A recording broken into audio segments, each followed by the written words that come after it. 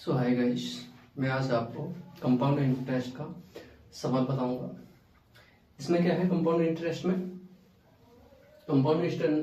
में दो तरह से सवाल को हम कर सकते हैं। और इसका मतलब कि बेसिक मेथड देखा जाए तो वो काफी लेंथी हो जाता है, और जो कि कंपटीशन एग्जाम में, किसी भी कॉम्पिटेटिव एग्जाम के लिए वो ठीक नहीं है, क्योंकि हमें इतना टाइम नहीं मिलता कि हम वहां हर एक क्वेश्चन को बेसिक तरीके से करें। तो आज मैं आपको मतलब कि सिंपल तरीके से और जल्दी कैसे करते हैं बताता हूँ। तो इसमें क्या है, हम कंपाउंड इंटरेस्ट के सवाल को दो तरह से कर सकते हैं जल्दी से जल्दी। इसमें क्या रहता है, एक सक्सेसिव मेथड से कर सकते हैं और एक सुपर मेथड बोलते हैं। मतलब कि सुपर मेथड हम अपने लिए कहने के लिए बोल सकते हैं, क्योंकि वो हर कंडीशन में अप्लाई होता है। तो चलो फर्स्ट मेथड से करते हैं, सक्सेसिव मेथड से। तो उसमें क्या रहता है, इसको जो कि हमारे जो सवाल है, इसमें हम सवाल को पढ़ते हैं। मूलधन दे रखा है हमारा 5,000 रुपए, और दर दे रखी है 10% प्रति वर्ष चक्रवृद्धि ब्याज, और समय है हमारा 2 वर्ष। और हमें निकालना क्या है, चक्रवृद्धि ब्याज हमें ज्ञात करनी है, यानी सीआई ज्ञात करना है। तो हम दर को जैसे कि 10% है, इसको फ्रैक्शन में चेंज कर लेंगे, ये 1/10 हो जाएगा। जब 1/10 हो जाएगा तो हम सक्सेसिव मेथड से करेंगे तो 10, 10, 11 ये हमारा क्योंकि 2 साल के लिए है तो हम 2 बार करेंगे, तो ये हमारा हो जाएगा 100, और ये 121। ये हो जाएगा हमारा प्रिंसिपल, और ये हो जाएगा हमारा अमाउंट। ठीक है। और अब हम ये प्रिंसिपल हमारा 100 है, पर एक्चुअल प्रिंसिपल है हमारा 5,000 रुपए। तो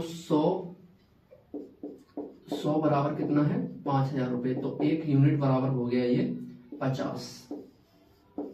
ठीक है। और हमें निकालना क्या है, चक्रवृद्धि ब्याज। तो अमाउंट में से प्रिंसिपल घटाने पर हमारा चक्रवृद्धि ब्याज निकलता है। तो ये 121 में से 100 गए तो ये हो गया 21। ठीक है, 21 हो जाएगा। और 21 यूनिट हमारा क्या निकला है, चक्रवृद्धि ब्याज। और हमारा 1 यूनिट बराबर कितना है, 50। तो 21 यूनिट बराबर कितना हो गया, 50। ये हो जाएगा 1050। ये हमारा क्या है, ये हमारा सीआई निकल आया। ये हमारा सक्सेसिव मेथड से है। ये मेथड मतलब कहीं कहीं मतलब कि हर कंडीशन में अप्लाई नहीं कर सकते, सो इसलिए हम दूसरे मेथड को करते हैं। वो मतलब बहुत सिंपल है।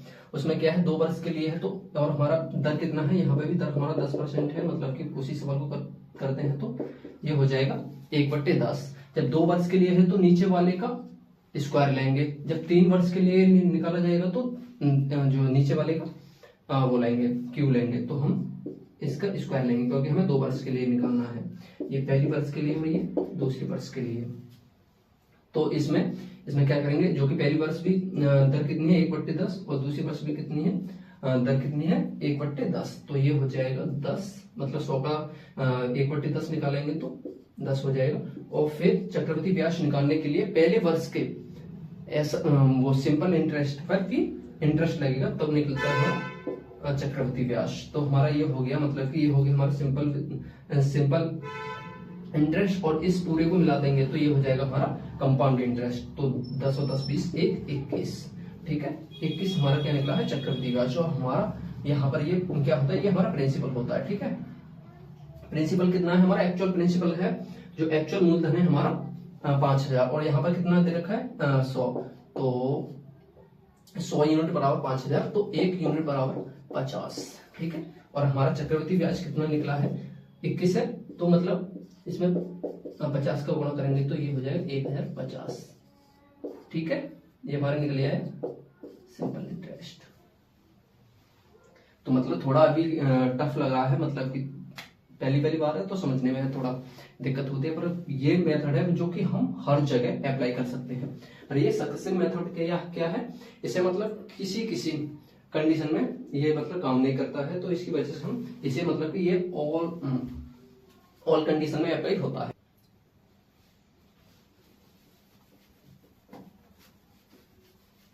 तो इसी तरीके से हमारा दूसरा सवाल है।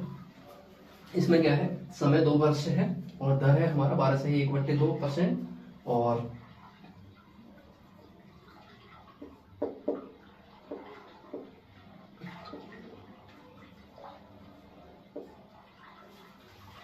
चल क्यों नहीं रहा, चल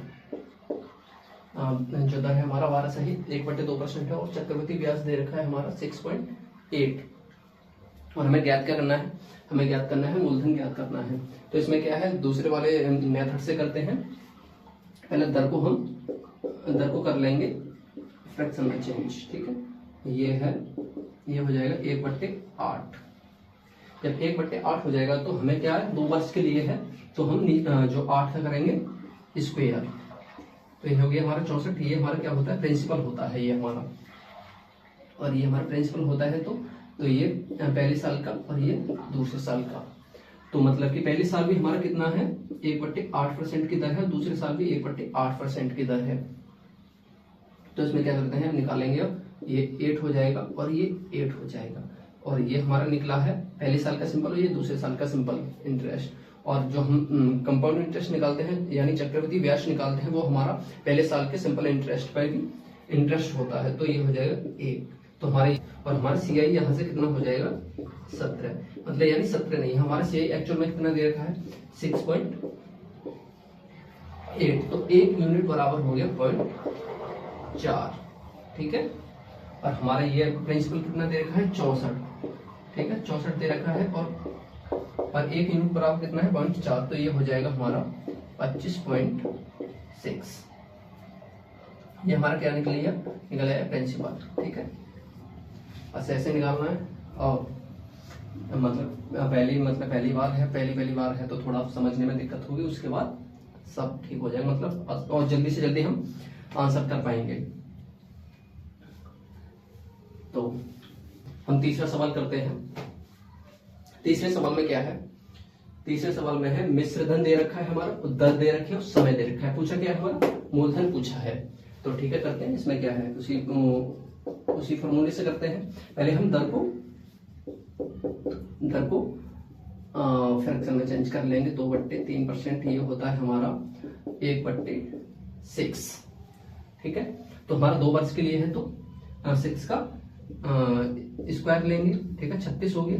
और ये पहली ईयर का और ये दूसरी ईयर का, ठीक है। 1/6 भी पहली साल में भी दर 1/6 है और दूसरे साल में भी 1/6 है। तो ये निकली है 6 और ये भी 6। और जो दूसरी साल का चक्रवृद्धि ब्याज निकलेगा वो पहले साल के सिंपल इंटरेस्ट पर निकलेगा। तो ये हो गया, ठीक है। हमारा CI कितना हो रहा, हमारा CI हो गया हमारा 6 और 6 12 और 13, ठीक है। और हमारा पूछा क्या, मूलधन पूछा, ठीक है। वो तो ठीक है। हमारा मिश्रधन क्या दे रखा है, 1470 रुपए दे रखा है, ठीक है। तो हमारा मिश्रधन क्या होता है, हमारा मिश्रधन होता है, आपको पता होगा तो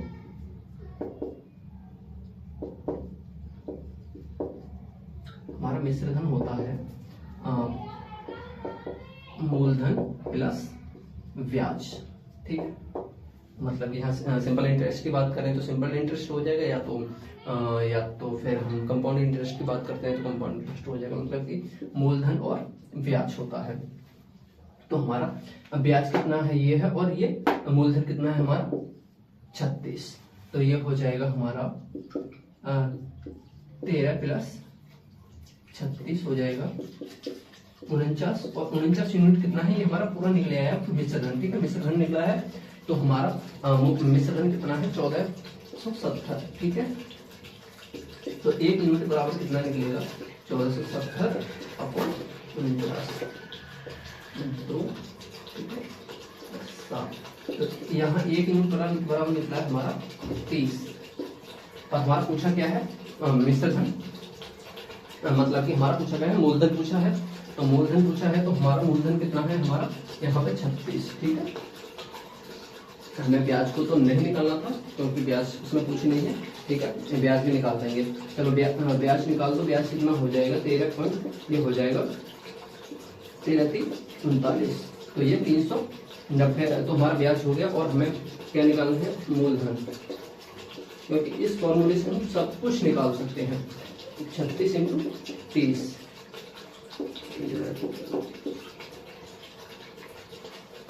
तो ये हमारा निकलेगा 1080, ठीक है। क्योंकि इस फॉर्मूले से हम सब कुछ निकाल सकते हैं। हमारा ये कंपाउंड इंटरेस्ट ये हो गया और ब्याज हमारा ये हो गया। ठीक है,